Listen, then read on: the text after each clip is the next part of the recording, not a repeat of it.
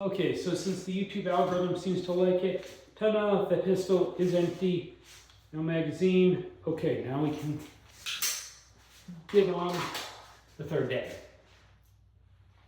Welcome to the fourth video on basically intermediate handgun.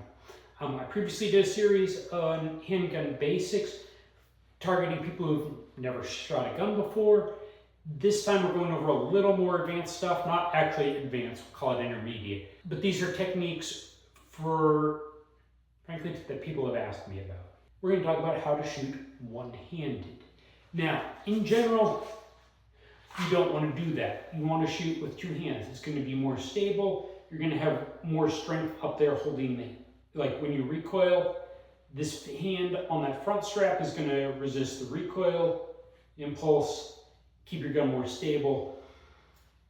It's going to be more accurate because you've got more muscle mass, more bone connection.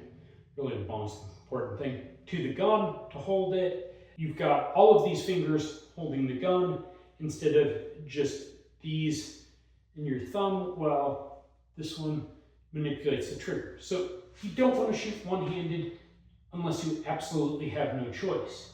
But there are times where you may need to shoot one-handed.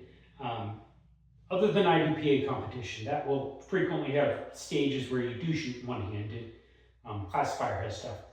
But you may be holding a baby, you may be holding groceries, you may be fighting off your attacker with this hand, and you still need to shoot with your other hand. So let's talk about how we want to do this. First off, we're going to assume we're doing competition shooting, and this hand, we have complete flexibility as to where it goes. What we want to do is take our support hand and bring that to our chest. If you can, actually grab your shirt, like grab a chunk of your shirt with that hand. The reason you want to do this is it gets this hand completely out of the way, so there's no risk whatsoever of you accidentally shooting your own hand, because your hand's just flying around waving while you're shooting, and bad things would happen. We want to get that hand out of the way. Now, if we're shooting one-handed because this arm has been injured, our hand's bleeding, we've been shot, we're fighting, obviously can't do that, but if we've got the option, we want to get our support hand, or whatever hand we're not shooting with, out of the way. Now, for holding this handgun, as you can see, I've got it tilted at about a 45-degree angle. Your arm, when you extend out to point, is going to naturally tilt slightly.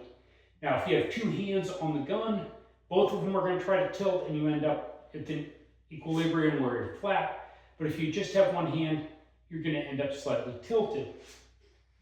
So we're just going to accept that fact that we're slightly tilted when we're shooting one-handed.